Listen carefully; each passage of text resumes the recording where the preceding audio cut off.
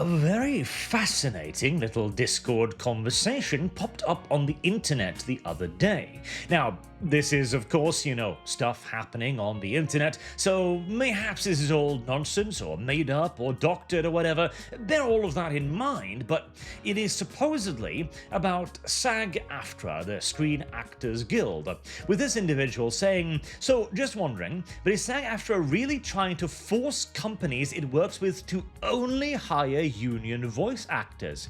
If so, is it doing anything to mitigate its extremely high initiation fees?" The answer to that is, of course, yes. Not only are they trying, they have been doing so for a very long time, as we've talked about gatekeeping a lot on this channel over the years, and this is an excellent example of how the left does it, how the corporations does it, and how goddamn good at it they are. Again, as I've said on multiple occasions, gatekeeping is not a bad thing. First and foremost because it's the only way we could possibly conceivably manage to maintain our communities at this point, as has been irreversibly proven again and again, but because the people that are opposed to us going like, "Oh, don't gatekeep, how dare you, that's mean," have been gatekeeping harder than anyone.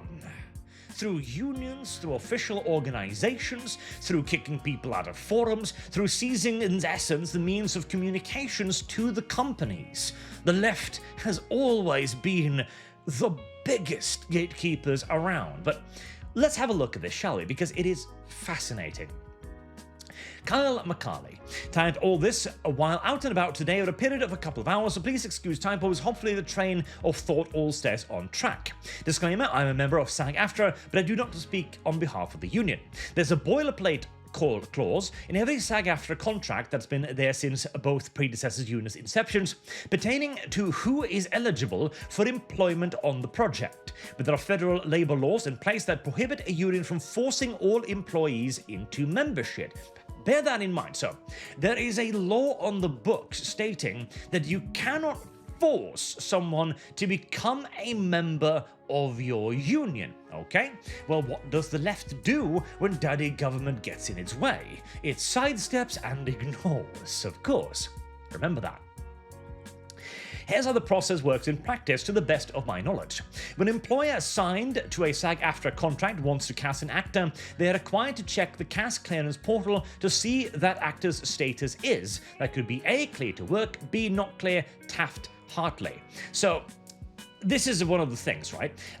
The industry itself that is making things also have to sign on to SAG Aftra. Otherwise, they will not be able to work with a huge amount of talent. It essentially creates off a walled garden that forcibly introduces everyone else into it. Oh, you want to work with this famous person? Well, you gotta sign our contract. And that now means that the studio can't work with people outside of it, which means further people are going to go, "Oh shit, well, if I want a job, I've got to join the union," and so it goes. Let's say they fall into the Taft-Hartley category. That means they're a non-union actor booking the first union job, so this is how they get you in, right? Though some fringe cases may stay in this category longer. If the employer wants to hire them, they'll need to fill out a short 2-page form to onboard that actor into the union. So the company who wants to employ the person then needs to actually enter an application for them to join the union. The form asks the employer to check one or more boxes to explain why they need to hire this actor for the role rather than a union member. One option is professional actor's first union job, paraphrase from my memory, which is the most common box checked. So again, this isn't actually a union member, but they are being onboarded through the hiring process. Others include special skills, unique backgrounds, celebrity playing themselves. When this box is checked, they attach the actor's headshot and resume to the form and submit it alongside all the standard paperwork that's required on the day of the job. The actor shows up and does the work that day and becomes SAG eligible. God, this is such a scam. This is like when somebody calls you at a company. Anybody who's worked for companies before have probably experienced this. When somebody calls you and goes like, "Hello there, would you like to renew your subscription to whatever the shit?" What? I've never heard of this. do we already have this? Oh yes, you're already registered. Oh shit, okay, I guess this is a thing we have, so yeah, renew it. It's a scheme, because what they do is they create a little thing and they say, oh, you're subscribed to this thing, and they call you as if you've already been subscribed to it because they subscribed you first without any of your knowledge. Once the paperwork is processed, the actor will receive a letter informing them of their eligibility. Once eligible, they're cleared to work according to cast clearance for 30 days, sometimes referred to as the OK30, even though they're not union members. So now you're allowed to do the job, and then, when that 30-day ends, the actor's status becomes must pay or must join colloquially. They'll appear not clear and cast clearance with must pay as the reason. Only other reason I know of is a member that's delinquent on dues, which may or may not return to the same state's info. The employer can either wait for the actor to get themselves cleared or cast someone else.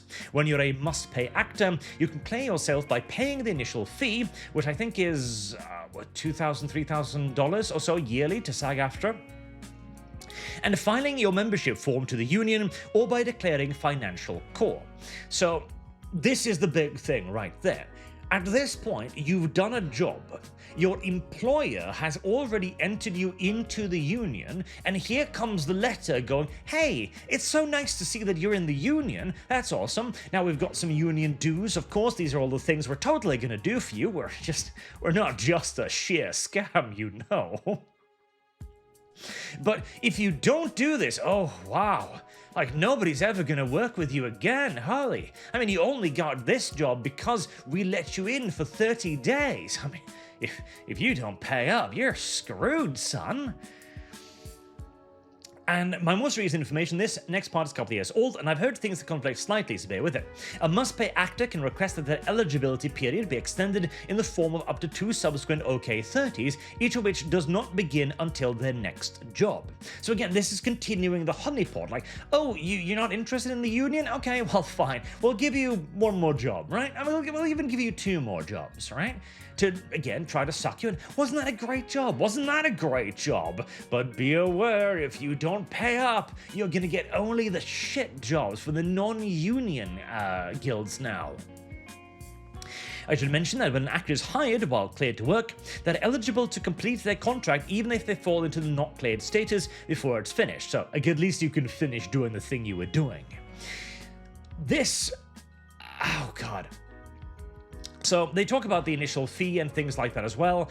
They mentioned here the DGA, which I think is the Directors Guild, if I am not mistaken. $15,000. That's not SAG Aftra. SAG Aftra is like $2 or $3 grand a year or something, and they take a percent of your earnings, up to I think $500,000. So, you know, they get paid. They definitely do get paid.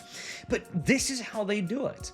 It's all gatekeeping. It's all creating their own walled-off ecosystem, where they go, okay, we have a very popular actor who we've no doubt given tons of special privileges and perks, etc., to get them on board to begin with. Now we're going to create a union.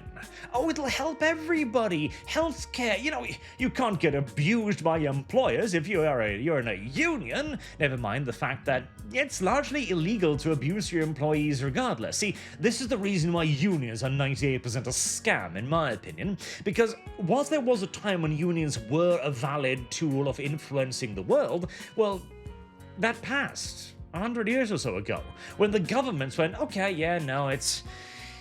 you should have so and so many holiday days, and we have to have safety rules, and they can't just like kick you out on the street if they chop your legs off. This makes sense.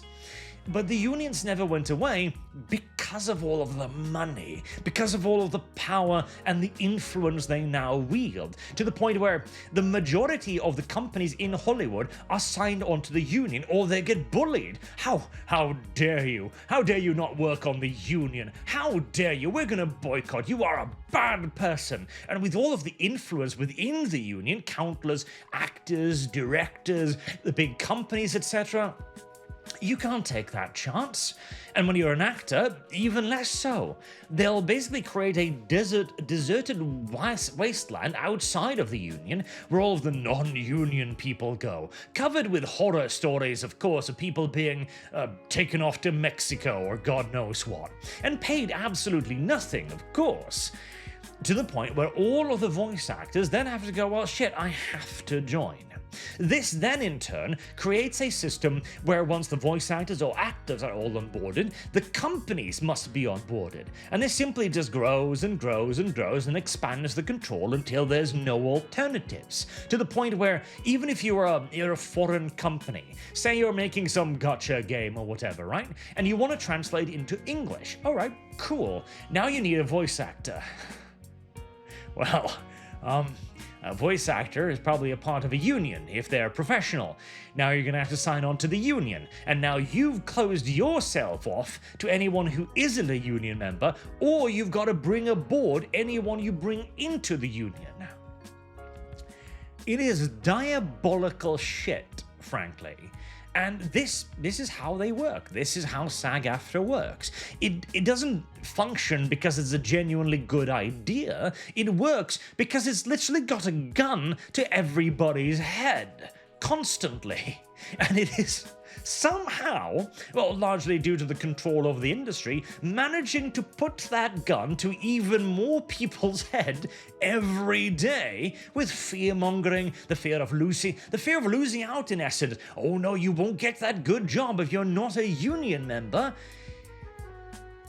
Now, of course, this isn't something we can really use because most of us do still have our souls, and so forming a union isn't really an option, but it gives you an example of how the left gatekeeps, how common this is, how active and predatory it is. So the next time you feel bad about gatekeeping, which if you're a fan of mine you should never do, just remember the alternative, eh?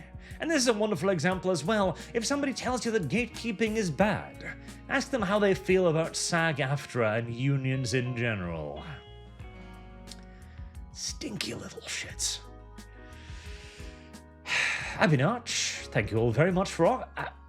I've been Arch. Try that again. Thank you very much for watching. And I hope to see you all again soon. Until then, fuck Hollywood.